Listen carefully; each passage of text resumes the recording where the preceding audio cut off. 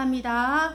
하나님께서 우리를 지명하여 불러주셨다고 말씀하셨습니다. 그 약속의 말씀을 굳게 잡고 하나님 그렇게 하나님을 의지하며 온전히 주님의 길을 가고자 합니다. 하나님 우리와 함께 하시고 가는 길 동안에도 항상 성령 충만한 가운데 역사하셔서 우리를 통하여서 하나님의 그 뜻이 이루어질 수 있도록 함께하여 주옵소서. 감사를 드리며 예수님의 이름으로 기도합니다. 아멘. 네. 오늘 예수 그리스도가 하나님의 아들인 증거예요. 예수 그리스도가 하나님의 아들인 증거를 우리가 살펴보려고 하는데요. 그 많은 사람들은 그죠? 예수님을 알지만 믿지 않는 자들은 그냥 4대 성인 중에 한 사람이다 이런 식으로 알고 있는 사람들이 굉장히 많아요. 대부분이 다 그렇게 알고 있죠. 그런데 왜 예수님을 하나님의 아들이라고 했는가? 왜 아들이라고 했는가? 왜냐하면 그분은 지금 이제 여기에서는 우리가 지금 내드린 거에 보면은 서기 1년이라고 되어 있는데요. 뭐 다른 주석에는 3, 4년 이렇게 되는 곳도 있고요. 어쨌거나 그래서 예수님은 서기 1년에서 6년 사이로 그냥 그렇게 넓게 잡을게요. 그 사이에 유대 나라에서 탄생한 사람이에요. 예수님이. 그러다 보니까 하나님의 아들이라 하는 이유가 무엇일까 이렇게 말을 할 수가 있는 거죠. 그래서 예수님이 4대 성인 중에 한 사람이 아니라 하나님의 아들이신가를 이게 살펴보도록 할게요.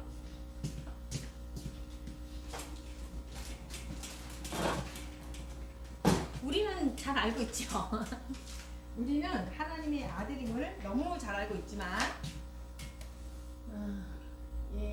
예수 그리스도가 하나님의 아들인 증거. 우리 너무나 잘 알고 있어요. 성경에 보면은 한 50군데나 이렇게 아들인 증거가 이렇게 나온다라고 합니다. 첫 번째로는 예언대로 오신 예수님인데 거의 보면 구약 성경이 그죠? 다 오실 예수님을 말씀하고 있어요. 그러니까 예언을 그렇게 하신 거죠. 그래서 최초의 아담 때부터 이 땅에 예수 그리스도께서 오실 것을 예언을 합니다. 그래서 보니까 성경에서 50번 이상이나 이렇게 예언이 되었는데 첫 번째 보니까 범죄한 아담에게 예수가 누구를 통해서 오신다라고 했습니까? 오시면 무엇을 하신다라고 했습니까? 창세기 3장 15절에 보니까 내가 너로 여자와 원수가 되게 하고 내 후손도 여자의 후손과 원수가 되게 하리니 여자의 후손은 내 머리를 상하게 할 것이요 너는 그의 발꿈치를 상하게 할 것이니라 하시고 창세기 3장부터 이미 이렇게 여자의 후손으로 올 것이다 라고 말씀을 했습니다. 그래서 그 오신 분이 어떻게 한다고요? 원수의 머리를 상하게 할 것이다 라고 이렇게 말씀을 하고 있습니다. 그러니까 예수님이 그 십자가의 죽으심으로 그죠? 그의 발꿈치가 잠깐 상하지만 예수님께서 그죠? 사망 권세를 이기시고 부활하심으로써 사탄의 머리를 영원히 깨뜨리신 사건을 말하고 있습니다. 그래서 이제 이걸 보고서 에덴 동산에서 이 원복음, 원시복음, 원시 언약 이렇게 말씀을 하고 있습니다. 그죠?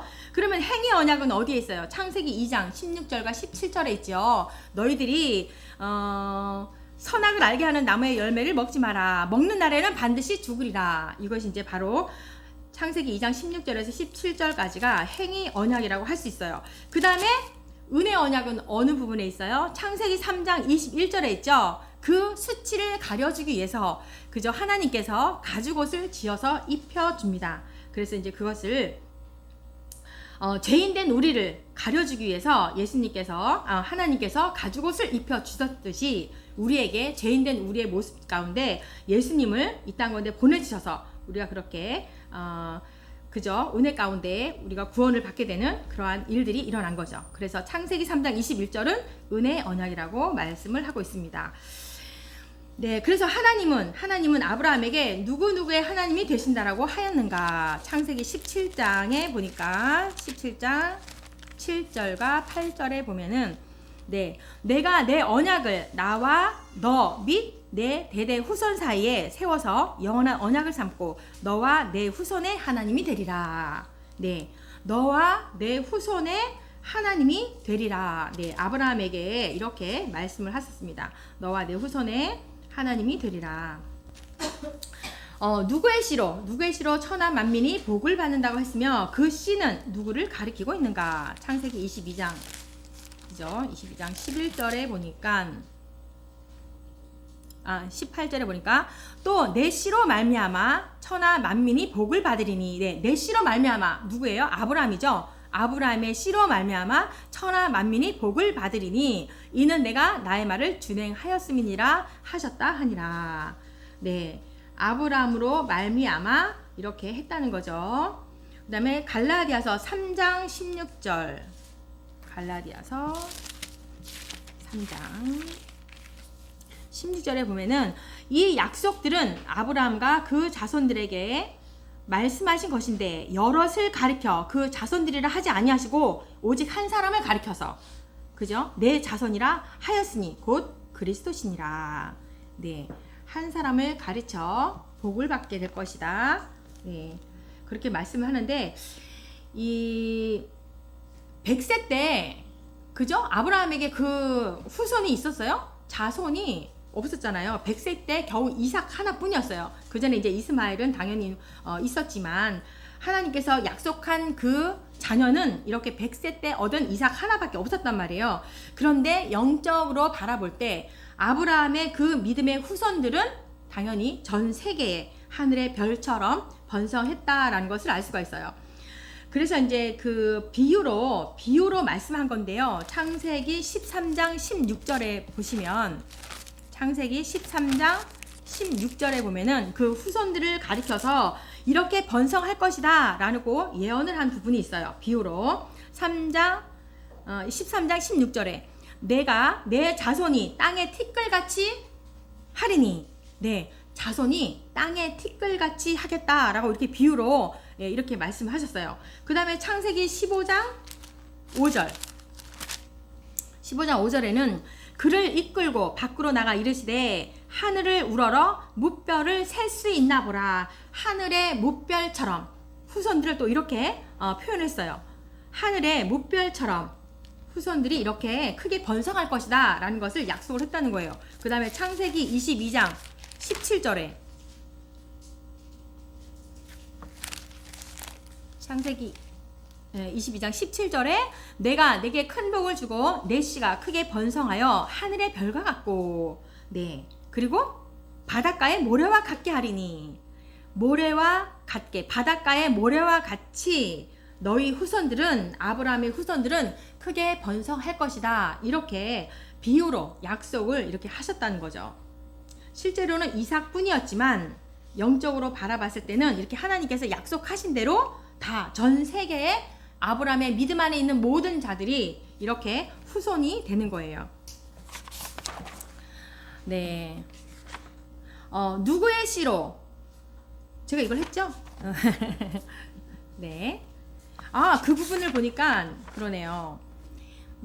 때가 되면은 누구에게 의로운 가지가 나리라고 했으며 그 의로운 가지는 누구인가? 누구에게 의로운 가지가 났어요? 예레미야 23장 5절. 네, 예레미야. 우리 성실이가요. 언니는 반말하는 사람인 줄 알았어. 언니도 강의해요? 이러더라고. 언니가 저기 1인 다역이야. 1인 다역. 23장 5절과 6절에 보니까 여호와의 말씀이니라. 보라, 때가 이르니니 내가 다윗에게 한 의로운 가지를 일으킬 것이라. 네, 다윗에게서 한 의로운 가지를 일으킬 것이다. 이렇게 말씀하십니다. 그리고 그가 왕이 되어 그가 왕이 되어 누구예요? 예수 그리스도를 말하고 있어요. 왕이 되어서 지혜롭게 다스리며 세상에서 정의와 공의를 행할 것이며 그의 날에 유다는 구원을 받겠고. 예수 그리스도를 말씀하시는 거죠. 이스라엘은 평안히 살 것이며 그의 이름은 여호와 우리의 공이라 일컬음을 받으리라. 네, 다윗에게서 한 의로운 가지가 날 것이고 그리고 네, 그 의로운 가지는 바로 예수 그리스도를 말씀하고 있습니다. 네, 사울이 범죄하였을 때 그 왕을 패하시고 어떤 사람을 구하여 그 백성 지도자를 삼겠다고 하셨는가? 사울이 범죄한 게 두 개가 있죠. 그죠? 하나는 블레셋, 아니다, 아멜렉인가? 네, 아멜렉에서 그 다 멸하라라고 했는데 좋은 것을 취했죠. 그래서 그거와 또 지금 이 부분에서 말하는 사무엘상 13장 14절에 말씀하는 그 제사장 그 직분을 본인이 수행을 합니다. 그것은 완전히 하나님의 그런 하나님의 그 주권에 하나님이 세우신 사람이잖아요. 그 선지자 제사 지내는 거 그 주권을 완전히 침해한 왕으로서의 그 합당치 못한 그런 행위를 하게 된 거예요. 어떤 사람이 보자. 사무엘상 13장 14절. 응? 뭐라고요? 없어요? 내 것만 없나? 28번으로 넘어갔어. 2번에서 28번. 하나가 없구나. 진짜? 한 장이 없어. 한 장이 없어.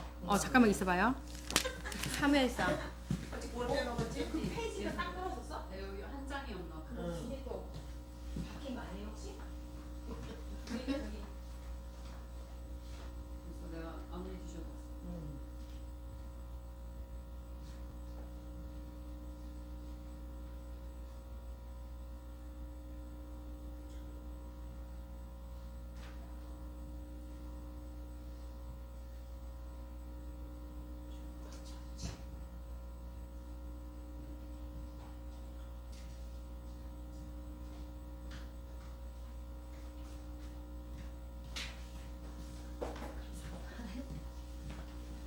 다 1인 다역이잖아. 책도 찾아오고. 네, 사무엘상 13장 14절에 보니까 지금은 왕의 나라가 길지 못할 것이라 여호와께서 왕에게 명령하신 바를 왕이 지키지 아니하였으므로 이제 사울에게 말하는 거죠. 여호와께서 그의 마음에 맞는 사람을 구하겠다. 네. 그리고 여호와께서 그를 그의 백성의 지도자로 삼으셨느니라. 하나님께 마음에 맞는 사람을 구하여서 백성의 지도자로 삼으시겠다. 이렇게 말씀을 하는 겁니다. 네, 그래서 이제 사울이 범죄한 것이 그렇게 두 가지로 볼 수가 있어요. 아멜렉 그 전쟁에서 다 멸하라고 했는데 그것도 하나님을 대적한 거예요. 하나님의 말을 거역한 거잖아. 그러니까 그리고 이제 이 선지자 역할 이것도 자기가 해버렸잖아요. 이것도 마찬가지로 하나님께 이 침해한 거죠. 그래서 그것을 하나님은 가장 나쁘게 생각을 합니다. 네, 하나님이 다윗을 만나 자기 마음에 든다라고 한 이유가 무엇일까? 사도행전 13장 22절에서 23절. 네, 사울을 패하시고 다윗을 왕으로 세우시고 증언하여 이르시되 내가 이새의 아들 다윗을 만나니 내 마음에 맞는 사람이라 내 뜻을 다 이루리라 하시니라. 마음에 든다고 한 이유가 뭐예요? 내 뜻을 이루니까 내 뜻을 다 이룰 것이다. 다윗은 다 인간적인 범죄를 지어요. 그죠? 밧세바 여인 취한 것도 그렇고 인구조사한 것도 그렇고 다윗의 그 범죄한 게 꼽자면 그 두 가지를 꼽을 수가 있잖아요. 그것은 인간적인 면에서 잘못을 했기 때문에 하나님이 물론 그 죄를 범한 거에 대해서는 대가를 분명히 주었지만 네, 인간적인 잘못이었다. 그래서 하나님께서 내 마음에 맞는 사람이다. 내 뜻을 다 이룰 것이다. 이렇게 하면서 했다는 거예요. 그래서 항상 그래도 다윗은 잘못을 금방 뉘우치고 회개하고 네, 돌아서고 네, 그러한 부분들이 있어요. 저희들도 이렇게 믿음 생활을 하고 있지만 잘못했을 때에는 하나님이 날 구원해 주셨는데 뭐 이게 아니라 바로 그냥 하나님께 엎드려서 네, 회개하는 그러한 모습들을 하나님은 좋아하신다는 거예요. 네. 이사야는 예수님이 누구에게서 난다고 얘기했습니까? 예수님이 누구에서 난다고 말했습니까? 이사야 7장.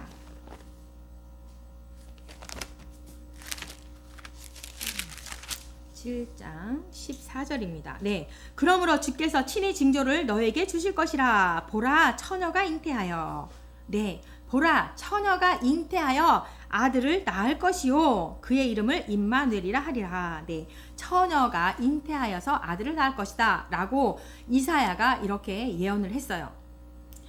네, 그 예수님은 어떤 자에게 어떻게 잉태되었는가 그 예언을 하고 이제 성취가 되는 거잖아요. 마태복음 1장 18절.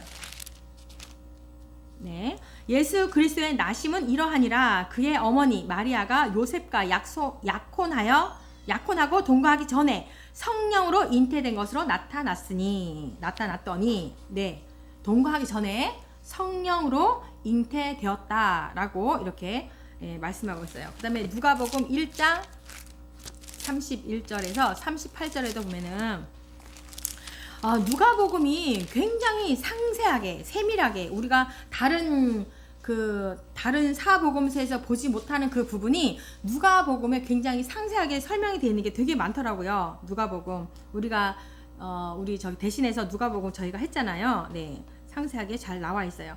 누가복음 1장 31절에서 38절까지를 보면은 이 잉태된 모습을 이렇게 쭉 설명을 아주 잘 해놓았어요. 네. 네, 예수님은 언제 누구에게 무엇하러 나셨을까? 갈라디아서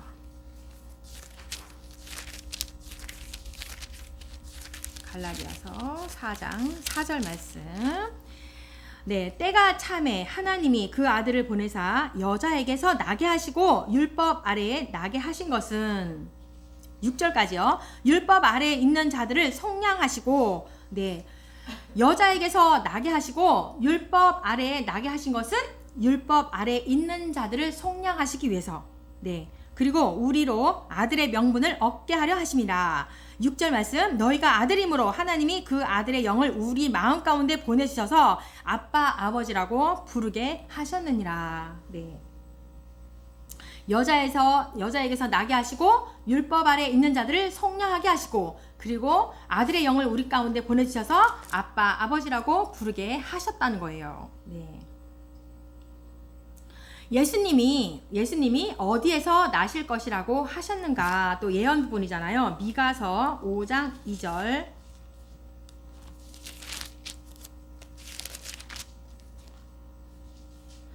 베들레헴 아브라다야, 너는 유다 족속 중에서 작을지라도 이스라엘을 다스릴 자가 내게로 나올 것이라. 그의 근본은 상고에 영원에 있느니라. 네, 유다 베들레헴에서 나실 것이라고 미가서에서 예언을 했습니다.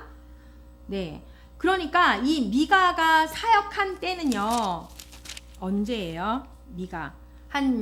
지금 예수님이 탄생하기 전 700년 전이에요. 훨씬 더 전에. 네, 약 그 정도 된다는 거예요.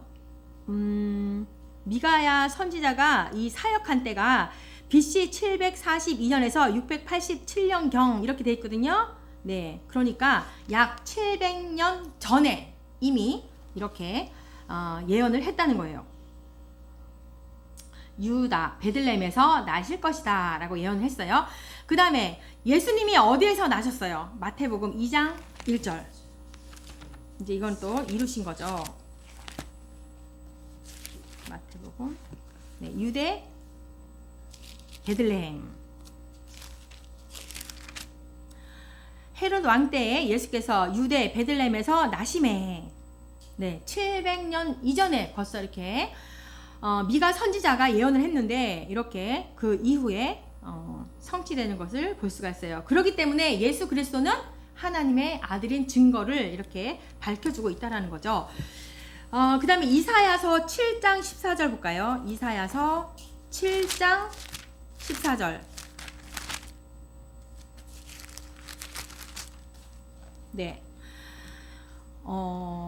아까도 했군요. 그러므로 주께서 친히 징조를 너에게 주실 것이라. 보라, 처녀가 잉태하여 아들을 낳을 것이요 그의 이름은 임마누엘이라 하리라. 네, 이사야 선지자도 이렇게 예수님이 탄생하기 전에 이사야 선지자 사역은요 비슷해요.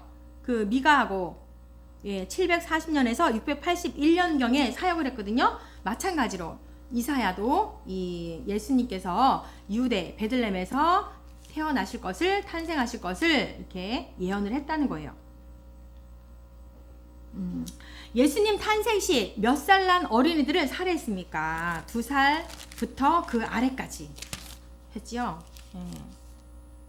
그래서 이제 모세 때도 그랬잖아요. 모세 때도 2살 난 그 이후로 다 그 헤롯이 다 죽이라고 명령을 했잖아요. 그래서 이제 모세를 말해서 그러니까는 예수님을 예표하는 것이다 이렇게 말도 하는 거죠. 예, 모세 때와도 같습니다. 16절에서 18절에 제가 읽을게요. 이에 헤롯이 박사들에게 속은 줄 알고 심히 노하여 사람을 보내어 베들레헴과 그 모든 지경 안에 있는 산의 아이를 박사들에게 자세히 알아본 그때를 기준하여 2살부터 그 아래로 다 죽이니 이에 선지자 예레미야를 통하여 말씀하신 바 라마에서 슬퍼하며 크게 통곡하는 소리가 들리니 라헬이 그 자식을 위하여 애국하는 것이라. 그가 자식이 없으므로 위로받기를 거절하였다 함이 이루어졌느니라.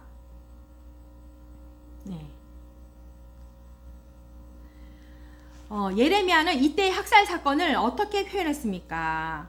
예레미야가 이때 이 사건을 가지고 이 2살 아래로 다 죽였던 이 사건을, 이 학살 사건을 가지고 어떻게 표현했는가 보니까 예레미야서 31장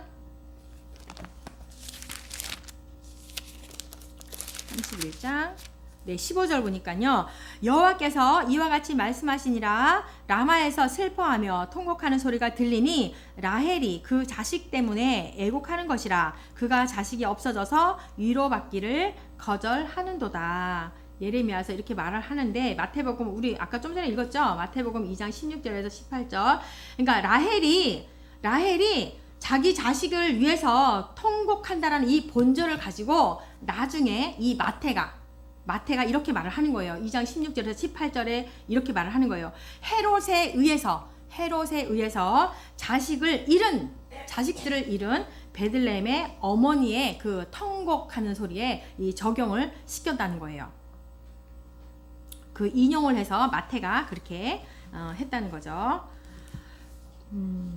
그래서 모세는 어떤 자를 보낸다라고 예언했는가? 모세는 어떤 자를 보낸다라고 말을 했는가? 신명기 18장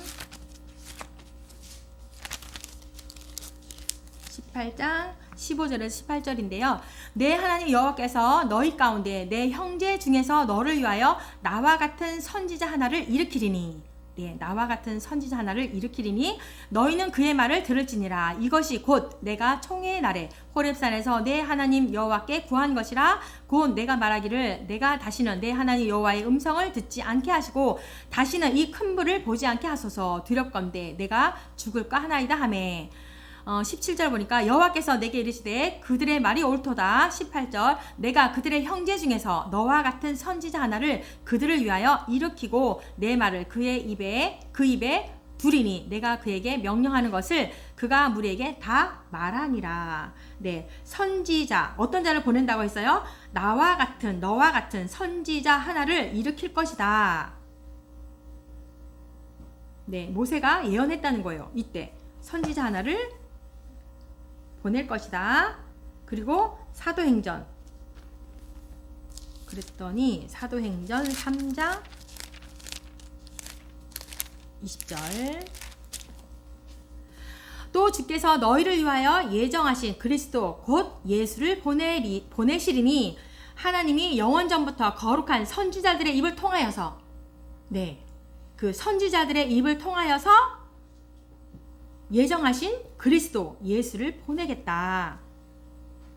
만물을 회복하실 때까지는 하늘이 마땅히 그를 받아들이라. 모세가 말하되 주 하나님 너희를 위하여 너희 형제 가운데 나 같은 선지자 하나를 세울 것이니 너희가 무엇이든지 그의 모든 말을 들을 것이라.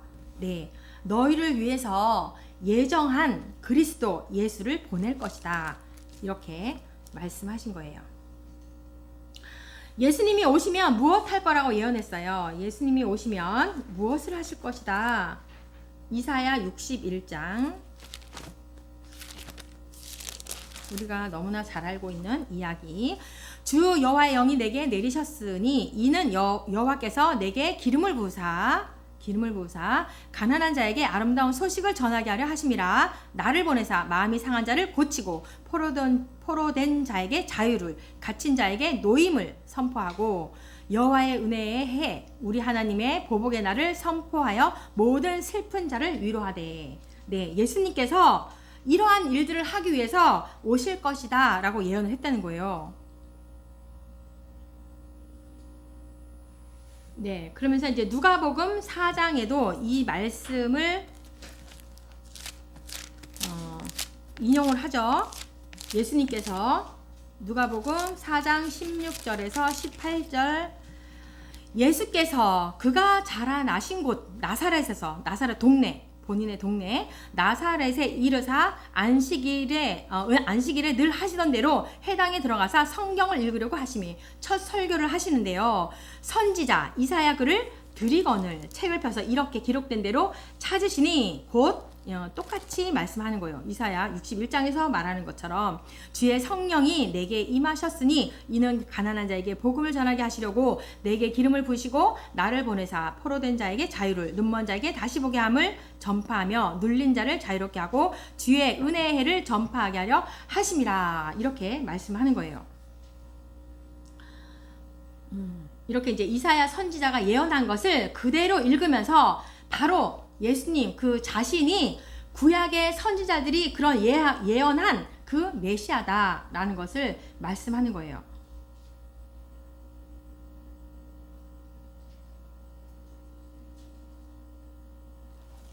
그런데 어땠어요? 이사야 43장 8절에 보니까 눈이 있어도 보지 못하고 귀가 있어도 듣지 못하는 백성을 이끌어내라. 네, 그랬다는 거예요. 네, 예수님이 무엇을 타고 예루살렘에 입성하신다고 했습니까? 다 알죠? 나귀 새끼. 이게 이제 예언을 하신 거잖아요. 스가랴서 9장 9절에 예언을 하시고 또 이루시는 부분인데, 시온에 따라 크게 기뻐할지어다, 예루살렘에 따라 즐거이 부를지어다. 보라, 내 왕이 내게 임하시나니 그는 공의로우시며 구원을 베푸시며 겸손하여 나귀를 타시나니 나귀의 작은 것 곧 나귀 새끼니라. 네, 나귀 새끼를 타고 예루살렘에 오실 것이다. 스가랴서에서 예언을 하시고, 왜 나귀 새끼를 타고 왔어요? 그러니까 겸손한 예수님을 그 겸손한 왕으로 표현하기 위해서, 겸손한 왕으로 이 땅 가운데 오심을 말씀하시는 거예요. 네, 스가랴의 예언대로 예수님이 어떻게 하셨습니까? 마태복음에서 그대로 이루시잖아요. 마태복음 21장 1절에서 1절에서 11절까지 이제 쭉 나오는데, 그대로, 그죠? 제자들에게 가서 주가 쓰시겠다 하라. 그러면 직접 보낼 것이다. 이런 말씀하면서 4절에 이는 선지자를 통하여 하신 말씀을 이루려 하심이라. 네, 스가랴 9장 9절에서 말씀하신 대로 이루려고 그대로 했다는 거예요. 그랬더니 7절에 나귀와 나귀 새끼를 끌고 와서, 네, 이렇게 나귀 새끼를 타고 오셨다는 거예요. 왜 그랬다는 거예요? 그 감람산에서 예루살렘 여기 성까지의 거리가요 가까웠대요. 2km에서 3km밖에 안 돼요. 2km에서 3km밖에 안 된 그 가까운 거리인데도 왜 나귀 좀 욕 같아. 새끼 나귀를 타고 오신 이유는 이 예언한 것을 그대로 응하게 하기 위해서 했다는 거예요. 그 구약시대 때 예언된 대로 내가 이렇게 한다라는 것을 많은 사람들에게 공개적으로 드러내기 위해서 했다는 거예요. 요한복음 12장 5절 한번 더 볼게요. 요한복음 12장 15절. 이는 기록된 바 시온에 따라 두려워하지 말라. 보라, 너희 왕이 나귀 새끼를 타고 오신다 함과 같더라. 네, 여기에도 이제 그 부분이 새끼 나귀 이야기가 있잖아요. 만왕의 왕이신데 스스로 겸손한 왕으로 오셨다는 것을 표현하기 위해서 새끼 나귀를 타고 오셨다. 그런 말씀입니다. 네, 시편 기자는 예수님이 오시면 무엇으로 말씀하신다고 했는가? 시편 78편 2절. 내가 입을 열어 비유로 말하며, 네, 비유로 말씀. 그러니까 예수님이 그저 오셔서 비유의 말씀을 굉장히 많이 하셨잖아요. 네, 비유로 말씀하셨는데 예로부터 감추었던 것을 내가 드러내기 위해서 비유로 내가 말을 했다.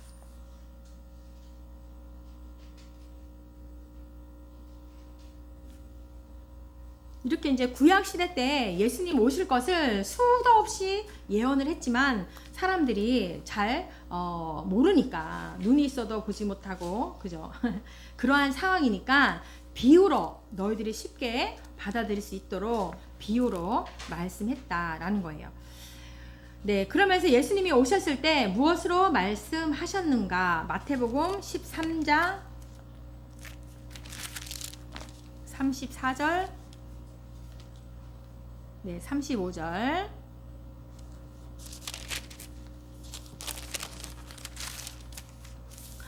예수께서 이 모든 것을 무리에게 비유로 말씀하시고, 네, 비유로 말씀하셨대요. 그러니까 비유가 아니면 아무것도 말씀하지 아니하셨으니 이는 선지자를 통하여 말씀하신 바, 또 아까 얘기했던 거, 그죠? 내가 입을 열어 비유로 말하고 창세부터 감추인 것을 드러내리라 함을 이루려 하심이라. 예언하신 것을 그대로 이루고자 이렇게 말씀하셨다. 그러니까 예수 그리스도는 하나님의 아들인 증거가 충분하다, 그 말씀인 거예요. 그 다음에 예수님은 같이 떡 먹던 제자가 어떻게 될 것을 예언하셨는가? 시편 41편 9절. 내가 신뢰하여 내 떡을 나눠 먹던 나의 가까운 친구도 나를 대적하여, 이제 가룟 유다를 말하고 있잖아요. 그의 발꿈치를 들었나이다. 그의 발꿈치를 들었다는 건 이제 움직였다는 거잖아요. 그 집에서 키우던 그 짐승이 이 발꿈치를 들었다라는 거는 이 주인을 쳤다는 거래요. 그러니까 배신했다, 배반했다, 그런 뜻이라네요. 발꿈치, 그 이야기가 그때 당시에 그러면서 도망가는 그 표현을 이렇게 발꿈치를 들었다, 이렇게 표현을 했다는 거예요. 그래서 가룟 유다도 마찬가지로 예수님을 배신하고, 네, 갔다는 것을 표현하기 위해서.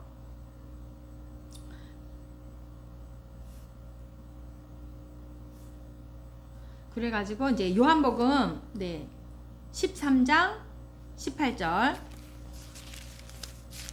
요한복음 13장 18절. 어땠어요? 바로 내가 너희 모두를 가리켜 말하는 것이 아니니라. 나는 내가 택한 자들이 누구인지 알미라. 그러나 내 떡을 먹는 자가 내게 발꿈치를 들었다 한 성경을 응하게 하려는 것이니라. 네, 마찬가지로 네, 시편에서 말씀하시고 요한복음에서 응하시고 그걸 그대로 이루고자 했다는 거예요. 네, 예수님은 제자 중 한 사람이 자기를 어떻게 한다고 했습니까? 21절. 예수께서 이 말씀을 하시고 심령이 괴로워 증언하여 이르시되 내가 진실로 진실로 너에게 이르노니 너희 중 하나가 나를 팔리라. 예, 한 사람이 나를 팔 것이다, 이렇게 말씀하셨어요. 예수님은 떡 조각을 떼어주면서 떡 조각을 받은 자가 어떻게 하리라고 하셨는가? 요한복음 13장 26, 27이죠.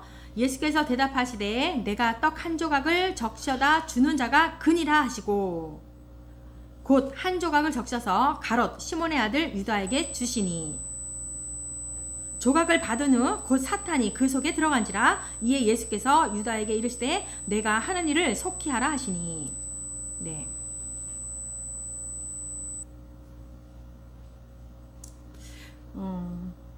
근데 이 성만찬 때 예수님이 내가 떡 한 조각을 내가 주는 자가 나를 팔자야 라고 이렇게 말을 했는데 이걸 왜 못 알아들었을까 몰라. 제자들이 우리 다 똑같았을 거야.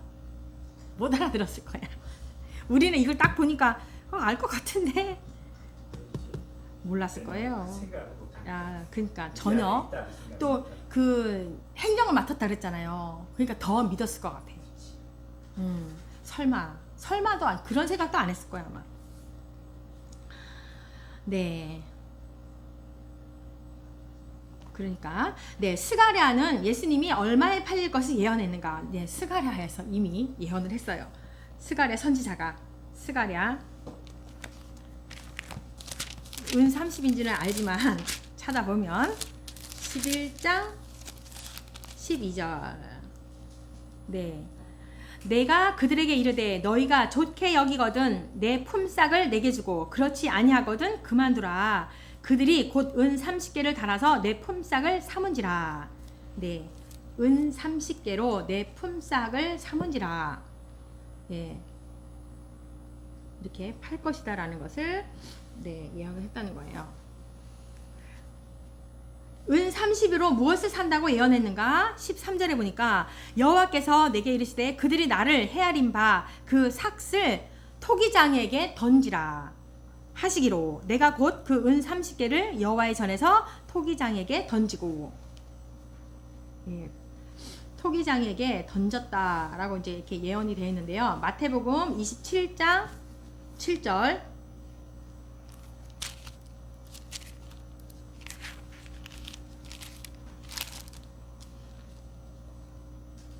마태복음 27장 7절 하니까요. 예.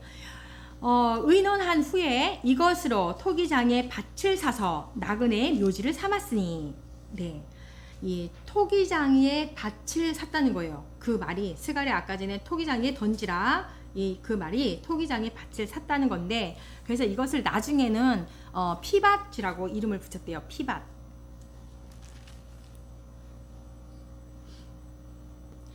네, 스가랴의 예언대로 가룟 유다는 어떻게 했는가? 마태복음 26장 15절.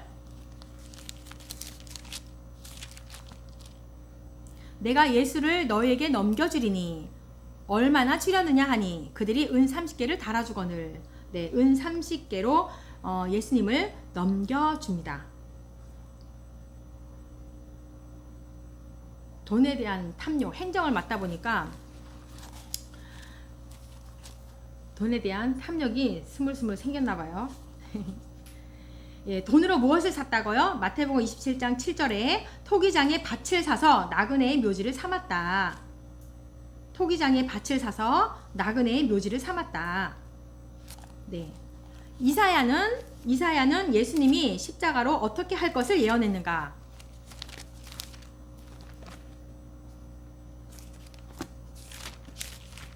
53장 6절.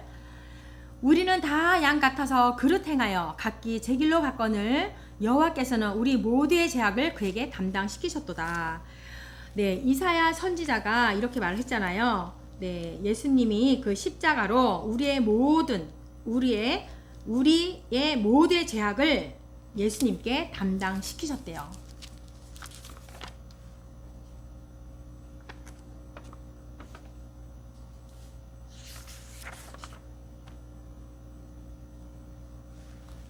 어디서 끊어야 될까? 우리는 모두 무엇과 같다고요? 우리는 다 양 같아서. 지저분해. 양이 귀엽잖아. 멀리서 보면 토실토실해 보이고, 근데 거의 막 자기네끼리 막 그 털이 막 뭉쳐가지고. 우리의 죄를 어떻게 하셨다고요? 그에게, 예수님께 담당시키셨대요.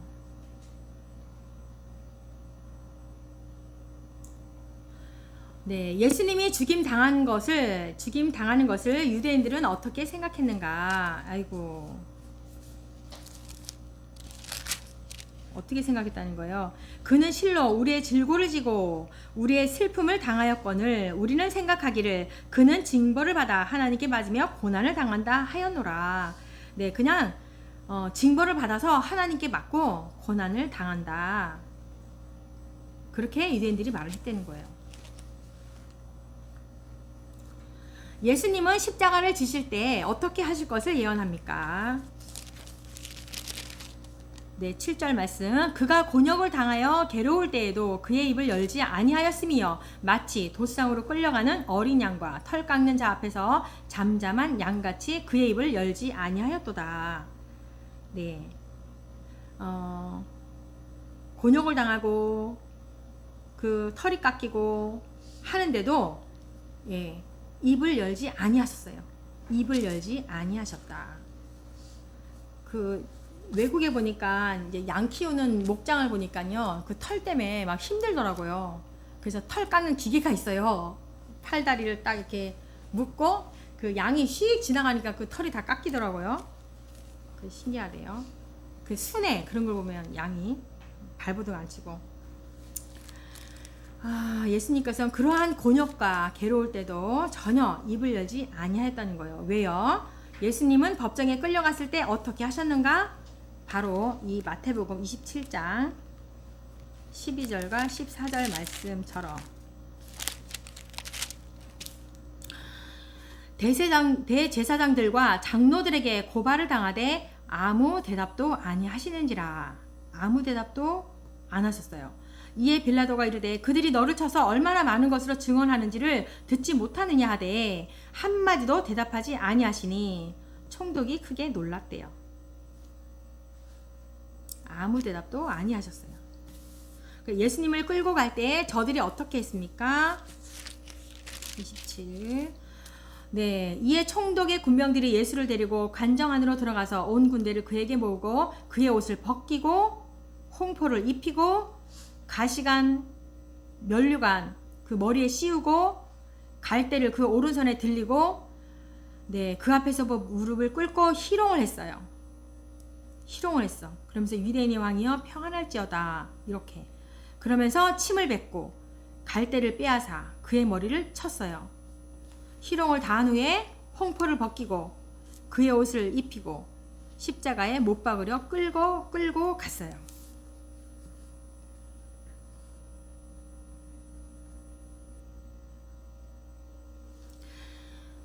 예수님께서 십자가를 지실 때 무엇을 마시게 하였는가? 27장 34절. 쓸개 탄 포도주. 네, 쓸개 탄 포도주를 예수께 주어 마시게 하려 하였더니 예수께서 맛보시고 마시고자 하지 아니하시더라. 마시지 않으셨어요. 그러니까 고대 시대 때 이게 이제 마취제로 사용했대요. 마취제. 그러니까 되게 극한 그런 고난이잖아. 십자가에서 못 박히고 이런 것들이. 예, 그런 것들을 덜기 위해서 제수들을 그렇게 먹였대요. 예. 근데 예수님께서는 마시지 아니하였더라. 네, 쓸개 탄 물을 주는 이 사실에 대해서 시편 기자가 뭐라고 예언했는가? 예언을 한 부분.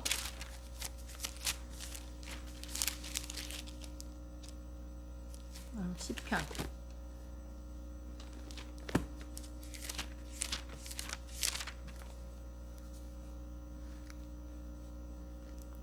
21절. 그들이 쓸개를 나의 음식물로 주며 목마를 때에는 초를 마시게 하였사오니. 그러니까 실제 이 말은 이건 이제 다윗이 쓴 거잖아요. 실제 다윗이 경험한 것을 이렇게 표현을 한 거예요. 이렇게 실제 경험한 것을 이렇게 이제 표현을 했는데 뭐예요? 쓸개를 나의 음식물로 줬고 목마를 때는 초를 마시게 하였다. 이 다윗의 실제 경험을 묘사를 했지만 성경은 누가 쓴 거예요? 성령의 감동으로 기록된 거기 때문에 이 시편에 있는 모든 다윗이 쓴 그 시편의 모든 부분들이 많은 부분들이 이 메시아 예수 그리스도를 적용한 시편이 굉장히 많아요. 이 부분도 마찬가지로 그냥 된 것이 아니라 성령의 감동으로 기록되었기 때문에 이 메시아 예수님을 적용한 그 말씀 구절이다라는 것을 볼 수가 있어요. 마태복음 27장 35절. 예수님의 옷을 어떻게 했다고요? 제비를 뽑아서 나누었습니다. 제비를 뽑아서 나누었어요. 그랬더니 시편 기자는 예수님이 어떻게 할 거라고 예언했습니까? 22장 18절. 내 겉옷을 나누며 속옷을 제비 뽑나이다. 네, 이제 그 이후로는 시편 말씀이 되게 많이 나오거든요. 다 이렇게 예수님을 예표하는 예언했던 그런 말씀들이 많이 나와요. 그리고 예수님 옆에 달렸던 강도들은 다리를 어떻게 했어요? 요한복음 19장 32절에 다리를 꺾지 않았어요. 아니, 다리를 꺾었어요. 강도들은. 강도들은 다리를 꺾었어요. 죽지 아니함으로 꺾었다. 네, 예수와 함께 못 박힌 첫째 사람과 또 그 다른 사람의 다리를 꺾고, 그러니까 예수께 이르러서는 이미 죽은 것을 보고 다리를 꺾지 아니하셨다. 네, 예수님의 다리는 꺾지 않았다고 했는데요. 그 뼈가 요한복음 19장 33장에서 36절 사이에 보니까 그 뼈가 하나도 꺾이지 아니하리라 한 그 성경을 응하게 하려고. 예. 그랬더니 시편 34장 20절 거기에 나와요. 34장 20절에 보니까 그의 모든 뼈를 보호하시며 그 중에 하나도 꺾이지 아니하도다. 네, 이 시편에서 말씀하는 것을 응하게 하기 위해서 예수님의 그 다리는 하나도 꺾이지 않고 상하지 않게 했다. 예. 그러니까 구약이 계속 예언하고, 네, 신약에서는 성취되고. 죽은 예수님은 누구의 어떤 무덤에 장사되었는가? 마태복음 27장 57절에서 60절이잖아요. 아리마대의 부자 요셉이죠. 아리마대의 부자 요셉. 네, 예수님의 제자. 예수님의 제자였어요. 그리고 새 무덤이었어요. 이 아리마대의 요셉의 그 새 무덤.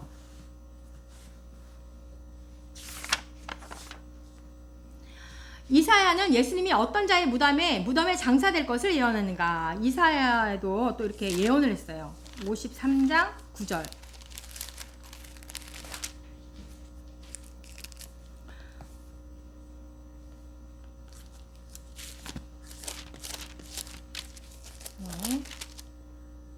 그는 강포를 행하지 아니하였고 그의 입에 거짓이 없었으나 그의 무덤이 악인들과 함께 있었으며 그가 죽은 후에 부자와 함께 있었도다. 네, 부자와 함께 있었도다. 이렇게 이사야에서 예언을 하고, 이렇게 예수님은 구약의 예언대로 다 예수님의 뼈가 상하지 않게 하셨어요. 그래서 로마 군인들이 십자가가 세워진 골고다에 왔는데 안식일이 되기 전에 그 시체를 치우려고 하기 때문에 왔는데 예수님이 이미 죽었기 때문에 다리를 꺾을 필요도 없었다. 그래서 강도들은 살아있었기 때문에 다리를 꺾어서 죽였다.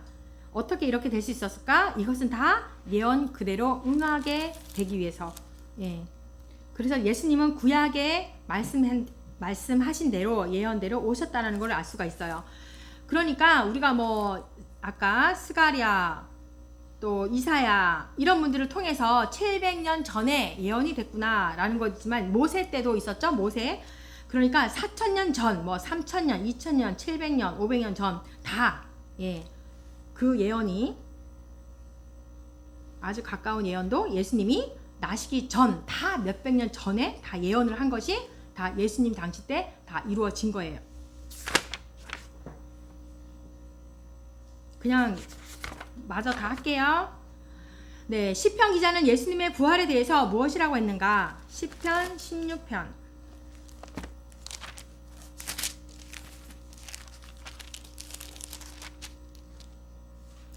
이는 주께서 내 영혼을 수월에 버리지 아니하시며 주의 거룩한 자를 멸망시키지 않으실 것임이니이다. 네, 예수님의 부활, 이 시편 기자가 수월에 버리지 아니하실 것이고 주의 거룩한 자를 멸망시키지 않을 것이다. 네, 안식 후에 첫날에 예수님을 따르던 여자들이 무덤에 갔을 때 두 천사는 예수님이 어떻게 되었다라고 했는가? 여기 계시지 않고 살아나셨느니라. 이렇게 누가복음에 말씀합니다. 누가복음에는 이 되게 자세하게 설명이 되게 많이 나와 있는 게 많아요. 다른 부분에 없는 부분들이. 예수님은 죽기 전에 어떻게 한다고 했습니까? 누가복음 24장 7절에 인자가 죄인의 손에 넘겨져서 십자가에 못 박히고 3일에 다시 살아날 것이다. 이렇게 말씀했어요. 예수님께서 부활하실 때 어떤 사건이 일어났어요? 큰 지진이 났어요. 큰 지진이 나고, 네, 천사가 하늘로부터 내려와서 그 돌을 굴려서 그 위에 앉았는데 그 형상이 번개 같고 그 옷은 눈같이 희었다라고 돼 있어요. 마태복음 28장에. 그래가지고 우리 지금 여기 기독교, 개신교 이거는 예수님의 그 부활을 기념하기 위해서 그날을 주일을 일요일을 주일로 지키게 된 거죠. 네, 있었던 그 군인들이 어떻게 되었어요? 무서워서 떨고 곧 그 사람들의 표정들이 죽은 사람과 같이 되었어요. 덜덜덜 떨면서 죽은 사람 같은 모습이었다. 네, 군병들이 제사장에게 부활을 구할 때 제사장과 장로들이 어떻게 했어요? 속였죠. 이러면 안 되는데 이러면서 함께 모여서 의논하면서 군인들에게 돈을 많이 줬어. 그러면서 그냥 그 제자들이 밤에 와서 도둑질했다라고 말해라.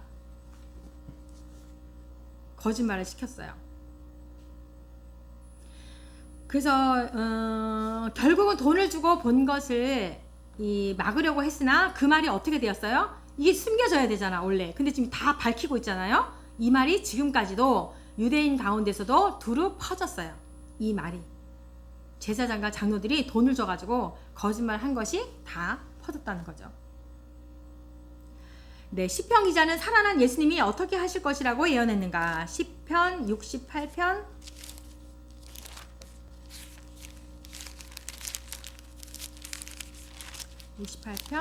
18. 네, 주께서 높은 곳으로 오르시며 사로잡은 자들을 취하시고 선물들을 사람들에게서 받으시며 반역한 자들로부터 받으시니 여호와 하나님이 그들과 함께 계시기 때문이니라. 살아난 예수님이 높은 곳에 오르시고 9절 이 말씀을 마치고 그들이 보는데 올려져 가시니 그들이 그를 가려 보이지 않게 하더라. 올라가실 때 제자들이 자세히 하늘을 쳐다보고 있는데 흰옷 입은 두 사람이 그들 곁에 서서 이르되 갈릴리 사람들아 어찌하여 서서 하늘을 쳐다보느냐? 너희 가운데서 하늘을 올려지신 이 예수는 하늘로 가심을 본 그대로 오시리라 하였느니라. 네, 예언대로 그대로 하늘로 올라가셨어요. 예수님의 부활을 몇 명 이상 보았다고요? 고린도전서 15장 1절에서 8절에 보니까 고린도전서 15장 1절에서 8절까지 쭉 보면은요. 5절부터 볼게요. 게바에게 보이고 그리고 12제자에게 보이고 500여 형제에게 보이고 그리고 또 7절에 보니까 야고보 그리고 모든 사도 8절에 보니까 내게도 보였다. 사도 바울이죠. 왜 이렇게 500여 형제들이 여기 엄청나게 많았잖아요. 이때가 6월절이어가지고 전국에서 많은 순례자들이 이 예루살렘에 모여있는 상태였어요. 근데 그 모습을 다 본 거예요. 네, 바울은 왜 예수님은 하나님의 아들이라고 인정할 수밖에 없다라고 말을 했는가? 마태복음 28장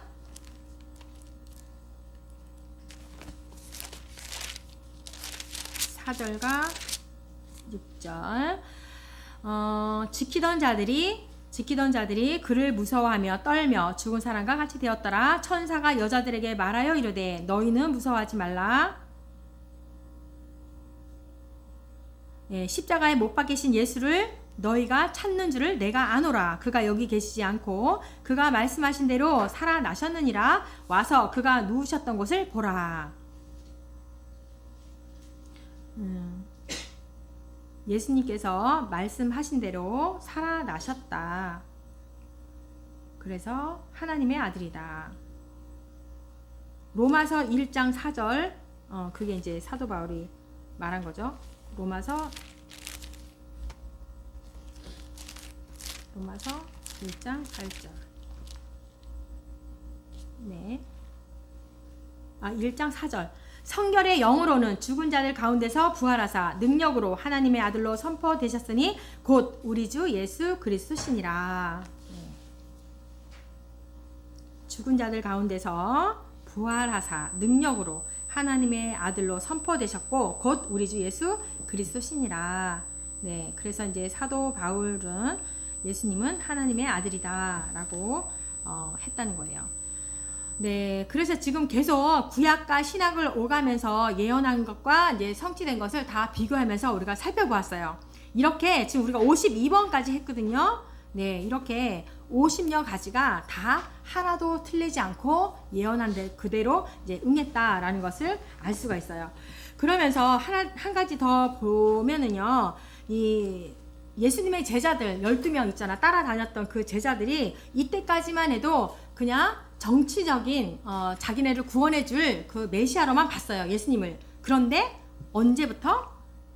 하늘로 올려간 때부터.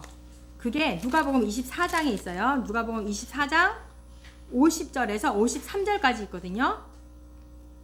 예수께서 그들을 데리고 베나니 앞까지 나가사 손을 들어 그들에게 축복하시더니 축복하실 때 그들을 떠나 하늘로 올려지시니 그들이 그에게 경배하고 큰 기쁨으로 예루살렘에 돌아가 늘 성전에서 하나님을 찬송하니라. 네, 이때부터 제자들이 예수님의 그 신성을 인정을 하게 됩니다. 이때부터.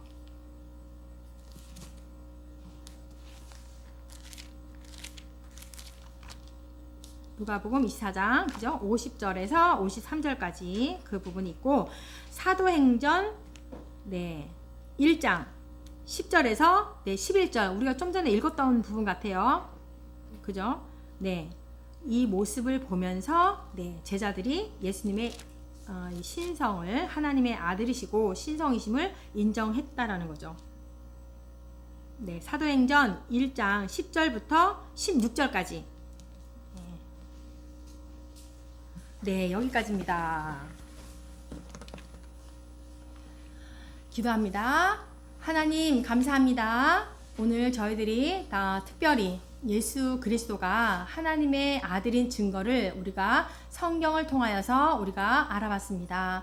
하나님 감사합니다. 우리로 하여금 하나님 아버지께 아빠 아버지라 부를 수 있는 특권을 주시고 또한 이 땅 가운데 우리의 모든 죄악을 위해서 예수 그리스도 하나님의 아들을 보내주셔서 참으로 감사합니다. 주님 그렇게 우리가 구원받은 백성으로서 주님 그렇게 거룩하게 삶을 살아갈 수 있도록 함께하여 주옵소서. 감사를 드리며 예수님의 이름으로 기도합니다. 아멘. 네, 수고하셨습니다.